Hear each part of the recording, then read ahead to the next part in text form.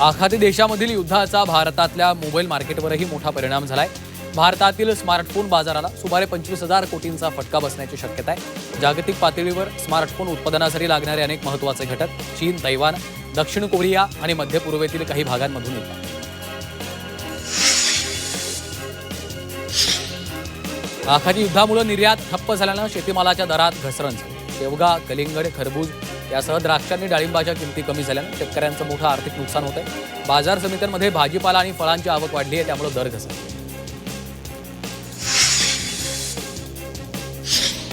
प्रसाद लाडू वितरणानंतर साई संस्थांना आणखी एक मोठा निर्णय घेतला। साई प्रसादालयामधील भोजनातही मोठा बदल करण्यात आला। 2 भाज्यांऐवजी आता 1 भाजी, डाळ आणि भाताऐवजी खिचडी मिळणार आहे। गॅस टंचाईच्या पार्श्वभूमीवर शिर्डी संस्थानाने मोठा निर्णय घेतला।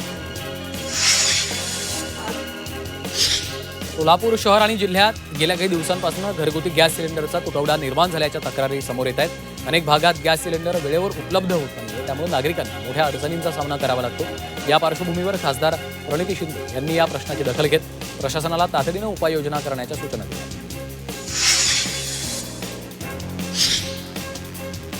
एलपीजी गॅस सिलेंडर घेण्यासाठी नागपूरमध्ये आजही काही एजन्सी बाहेर ग्राहकांनी गर्दी केली होती। दत्तात्रय नगर इथल्या प्रयागराज गॅस एजन्सीच्या गोदामात तर लोकांची लांब रांग लागली। जिल्हाधिकाऱ्यांच्या आदेशानुसार अधिकाऱ्यांनी प्रयागराज गॅस एजन्सीची पाहणी केली। सांगलीत एलपीजीचा तुटवडा कायम आहे, त्यामुळे एलपीजी गॅस पंपावर गॅस भरण्यासाठी रिक्षा चालकांची झुंबड उडाली आहे। गॅस भरण्यासाठी रिक्षा चालकांना तब्बल 5 ते 6 तास रांगेत उभं राहावं लागलं। जवळपास 1.5 ते 2 किलोमीटरपर्यंत वाहनांच्या रांगा लागल्यात, त्यामुळे रिक्षा चालकांमध्ये संतापाची लाट उसळली।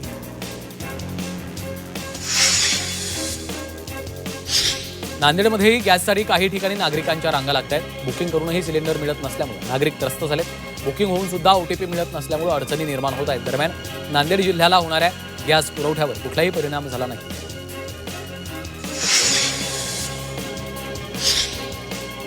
वर्धा शहरासह जिल्ह्यात घरगुती गॅस सिलेंडरच्या तुटवड्याची भीती निर्माण झाल्यामुळे ग्राहकांमध्ये धावपळ सुरू झाली। युद्धजन्य परिस्थितीमुळे गॅसचा पुरवठा कमी होईल या अफवांमुळे अनेक नागरिकांनी एकाच वेळी सिलेंडर बुकिंग करण्यासाठी गर्दी केली। सकाळी 7 वाजल्यापासूनच विविध गॅस एजन्सी आणि बुकिंग केंद्राच्या बाहेर ग्राहकांच्या रांगा लागल्या।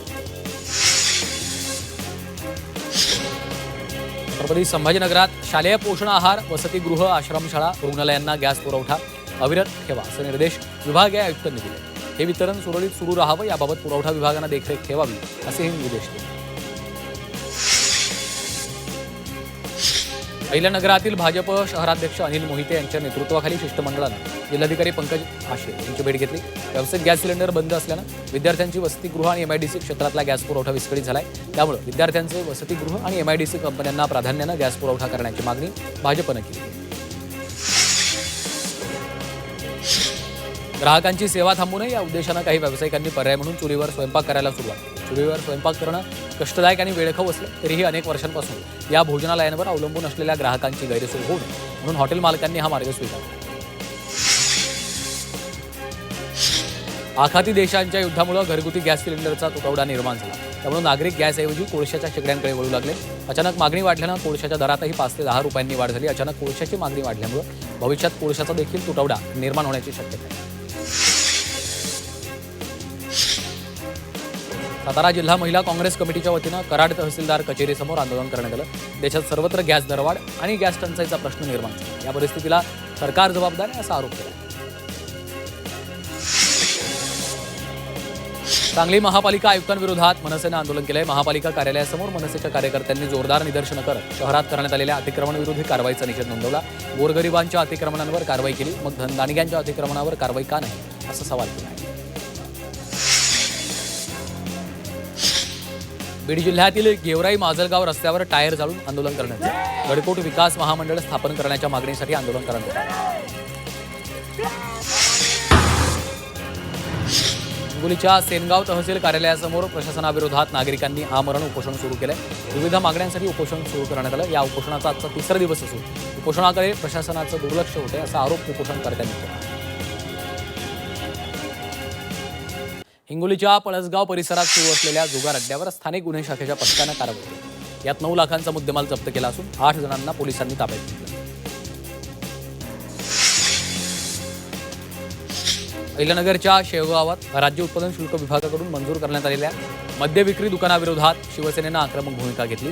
मद्य दुकानाच्या परिसरात शाळा आणि धार्मिक स्थळं असतानाही प्रशासनाची दिशाभूल करून परवाना मिळवल्याचा आरोप केला आहे. वाशिम जिल्ह्यात 12वीच्या परीक्षेदरम्यान झालेल्या गैरप्रकाराप्रकरणी प्रशासनानं कठोर कारवाई केली. आतापर्यंत एकूण 51 शिक्षक आणि शिक्षकेतर कर्मचाऱ्यांना निलंबित केलं.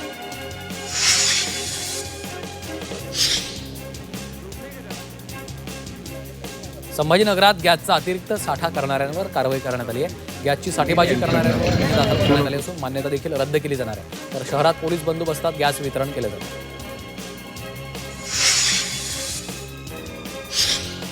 भंडाऱ्यात विविध हॉटेल्स आणि खानावळींवर धाड टाकली. यात व्यावसायिक कामासाठी शासन अनुदानित घरगुती गॅस सिलेंडरचा अवैध वापर होत असल्याचं समोर आलंय. यावेळी एकूण 8 सिलेंडर जप्त केले. सांगलीच्या विटा शहरात पोलिसांनी नशेसाठी वापरल्या जाणाऱ्या इंजेक्शनचा साठा जप्त केला. 18,000च्या एकूण 50 बाटल्या पोलिसांनी जप्त केल्या असून एकाला अटक केली आहे. शहरातल्या महाविद्यालयांमध्ये इंजेक्शनची विक्री सुरू असल्याची माहिती पोलिसांना मिळाली. नाशिक जिल्ह्यातील नांदगाव शहरात गावठी कट्टा बाळगणाऱ्या तरुणाला पोलिसांनी सापळा रचून ताब्यात घेतलं. एका मेडिकल दुकानातून सुमारे 20,000चा गावठी कट्टा जप्त करण्यात आला असून या प्रकरणात दोघांविरोधात गुन्हा दाखल केला. पिंपरी चिंचवडमध्ये अवैध पिस्तूल विक्री करण्यासाठी आलेल्या तिघांना अटक करण्यात आली. आरोपींकडनं 4 देशी बनावटीची पिस्तूल, 7 जिवंत काडतुसं, 3 मोबाईल फोन असा 10 लाखांचा मुद्देमाल जप्त केला आहे. पुणे नाशिक महामार्गावर चाकण ते खेड दरम्यान असलेल्या शिरोली फाट्याजवळ मोठ्या प्रमाणात वाहतूक कोंडी झाली होती. जवळपास 2 ते 4 किलोमीटरपर्यंत वाहनांच्या रांगा लागल्यामुळे प्रवाशांना मोठा मनस्ताप सहन करावा लागतो. पुणे महावितरणची मोठी थकबाकी असल्याचं समोर आलं. महावितरणची 319 कोटी वीज बिल थकीत आहे. आतापर्यंत 7,122 ग्राहकांचा वीज पुरवठा खंडित केला असून ग्राहकांना वीज बिल भरण्याचं आवाहन करण्यात आलं. रत्नागिरीमध्ये महावितरणची 1,18,000 ग्राहकांकडे 18 कोटींची थकबाकी असल्याचं समोर आलं. मागील 2 महिन्यात 2,518 ग्राहकांचा वीज पुरवठा तात्पुरत्या स्वरूपात खंडित केला.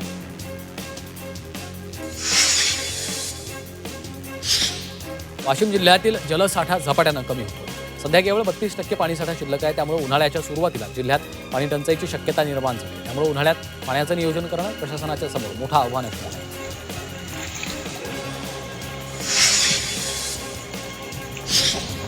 पश्चिम विदर्भातील जलसाठ्यात मोठी घट. अप्पर वर्धा धरणात सध्या केवळ 57% जलसाठा शिल्लक आहे. तर बुलढाणा जिल्ह्यातील खडकपूर्णा प्रकल्पात सध्या केवळ 34% पाणी उपलब्ध आहे.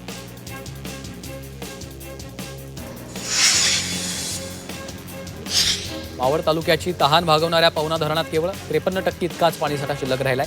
उन्हाची तीव्रता वाढत असल्यानं बाष्पीभवनामुळे पाण्याची पातळी आणखी कमी होण्याची शक्यता व्यक्त केली जाते. पवना पाटबंधारे विभागाच्या अंदाजानुसार हा पाणीसाठा जून महिन्यापर्यंत पुरेल. मात्र वेळेवर पाऊस झाला नाही तर आगामी काळात पाणी टंचाईचं संकट निर्माण होण्याची शक्यता.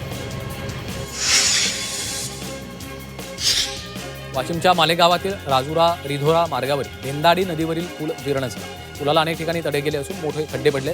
त्यामुळे पुलाचं काम तातडीनं पूर्ण करण्याची मागणी केली जाते. एटीएममध्ये 10, 20, 50च्या नोटा मिळणार आहेत. त्यामुळे आता सुट्या पैशांचं टेन्शन मिटणार आहे. UPI आणि ऑनलाईन पेमेंटमुळे एटीएमचा वापर काही प्रमाणात कमी झाला.